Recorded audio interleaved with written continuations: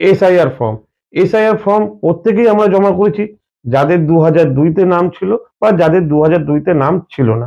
কারণ 2002-তে যাদের নাম ছিল তারা একরকম ভাবে জমা করতে হয়েছে, আর যাদের 2002-তে নাম ছিল না তাদের ম্যান্ডেটরি ছিল যে গার্জেনদের নামটা যেন থাকে।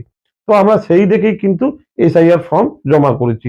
আর যাদের গার্জেনদের নাম ছিল না তারা অন্য প্রসেসে জমা করতে হয়েছে। তো আমি এখন সেই প্রসঙ্গে যাব না, কারণ এসআইআর ফর্ম আমরা যারা জমা করেছি 2002-এ বা যাদের 2002-তে নাম ছিল না, তো আমরা জানতে চাই যে আমাদের নামটা আদৌ রেজিস্ট্রেশন হয়েছে। তো আজকের কিন্তু ইলেকশন কমিশনের ডিক্লেয়ার করে দিয়েছে আমরা যারা এসআইআর ফর্ম জমা দিয়েছি যাতে আমরা অনলাইনে দেখতে পাই।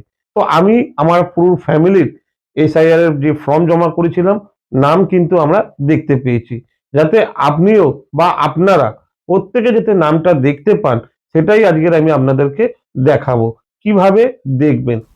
অনলাইনে নাম দেখতে হলে প্রথমে আমাদের চলে আসতে হবে প্লে স্টোরে। ইসিআই নেট স্পেলিংটাকে ভালো করে দেখে নেন। তারপর আমাদের সার্চে যেতে হবে।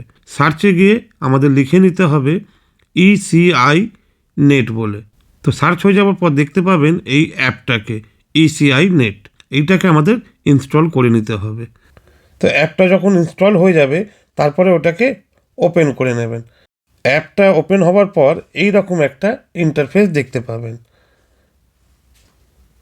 তো ইন্টারফেসে আপনি দেখবেন search your name in voter list. তো এইখানটায় আপনি সার্চে যাবেন। তারপর দেখুন enter your voter EPIC number.